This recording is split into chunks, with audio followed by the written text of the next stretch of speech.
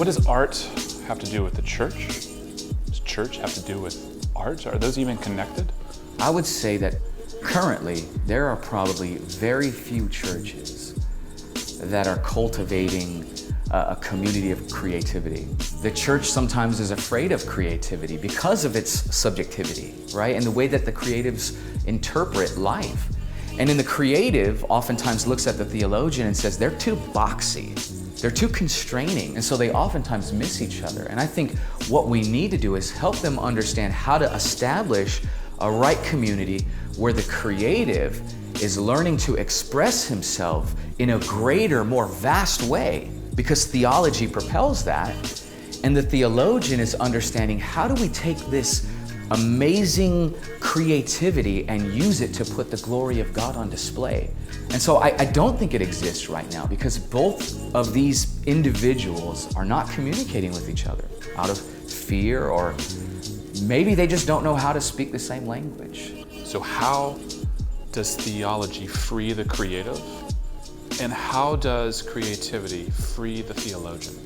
I think theology helps the creative person feel free by giving them a framework and putting the bigness of God on display, right? So framework. Framework sounds restrictive to me. Right. So how is this freeing? Framework, without a framework, you have really nothing to build upon, right? So that's the misconception about creativity. If you look at anybody who is creative, anybody who's a professional with their craft, what they are going to communicate to you is the framework and the discipline required to accentuate their art. Any good artist has a framework. Everybody has a framework, right?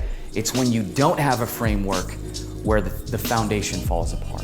Every artist has a discipline. Every artist needs to understand the nuances of the pen, the nuances of the paintbrush, the nuances of the mind, the nuances of constructing songs, song structures, bar structures, music, composition, chords. All those things are a foundation and a framework for you. And so when you add theology and you bring a biblical world and life view to the artist, you now give them a bigger framework to feel this freedom to create in a healthy way, right?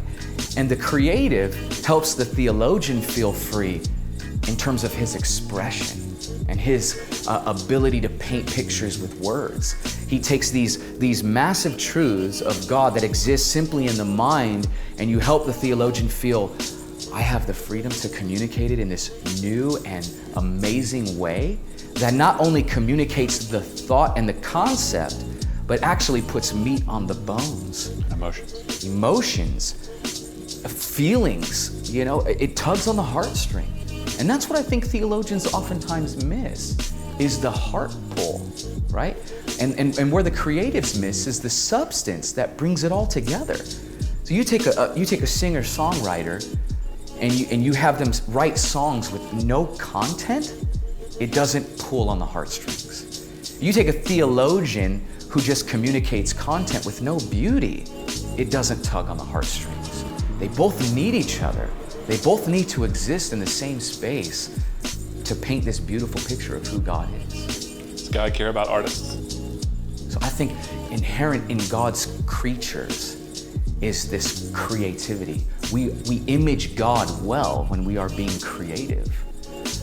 So I think God very much cares about the creative person. I think he very much cares about the artist. And so that's why I think it's important for us to understand that and know that, and not push creativity or artistry to the side and think of that as a non-essential. What's really important is the rules and boundaries of what God has determined, Is that how theologians talk? I'm assuming that's how theologians talk.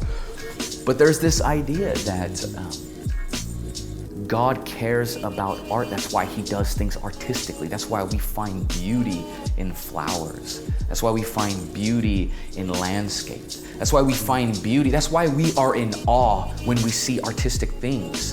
God is the origin of all things artistic. So you think even when a secular person is taking in beauty and responding to it, that there's an act of worship happening? I do. They are worshiping. They are just misguided on who the author is of that art. So building on that then, tell me about your theme, images and idols. What does that mean? Yeah, well, when we talk about both Christians and non-Christians, even with Christians, right? I think Christians have a tendency to take the good things that God gives, these images, these amazing images, and we can tend to make them idols really easy. It's part of the hard and difficult part about artistry. We paint things, we craft things with our words, and then we view those things as far better than God, right? We view our artistic expression as better than our worship for God. We view the medium and the ways that we communicate as oftentimes better than who God is. This is just natural for the human because of our sinful condition. And so what I think is important for the Christian is to understand art and the beauty of its images and understand how we need to do this in a way that's healthy for the Christian. To deconstruct our idols and go back to the garden where it was originally, how it was originally intended to be. So where did the idea of the Canvas Conference come from? I was talking to you.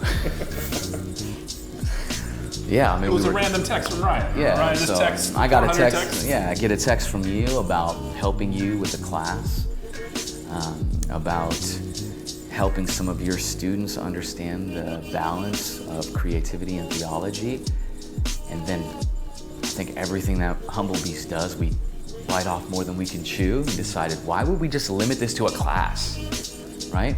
It's something we're really passionate about. Why not just go big with it? And so we just decided, let's do a conference instead of a class. Let's get 1,200 people in a room and talk about these kind of things. What distinguishes Canvas from other conferences across the nation? Well, our intention in doing this was to not just create another conference, right? Everybody goes to conferences, they sit in these conferences and they take in a whole bunch of information, and then you kind of give them this charge, go take all this information and go do what you're doing. And so I think one of the things that we wanted to do at the Canvas Conference was we want to give people information, but we also wanted to put on display how it works in real time, so that the people who are observing see, how do we do this? Well, how do you put this on display? So it sounds really theoretical. How do you put it on display? Yeah, so we invited people who love theology and have learned how to master creativity and theology well, right? So we've invited some spoken word artists to come and put on display what they do. How do they communicate theology, but how do they do it in a beautiful way that is compelling and tugs on the heartstrings of people, right? So we invite these people to come. We invited people who are writers, who spend all of their time communicating theological truths, but in a very creative way, in fiction or in nonfiction, and just in ways that communicate it through the art of writing. And we want to interview these people. How do you do it? How do you put it on display? We want to interview illustrators and show in real time, this is how we do it. And not only that, but we take singer-songwriters, and we bring them into this space and we let them perform. We let them perform and we let them talk about the songs that they write and what compelled them to write these songs. Why did they choose this creative path in writing this song? What were the theological implications of making this song, right? How do all of these things, all of your creative processes, draw people into the presence of God? When someone walks away from the Canvas Conference, what do you want them to take with them? I want them to walk away feeling no tension between the two distinctives. I want them to walk away feeling completely comfortable in expressing themselves creatively with a theological backbone.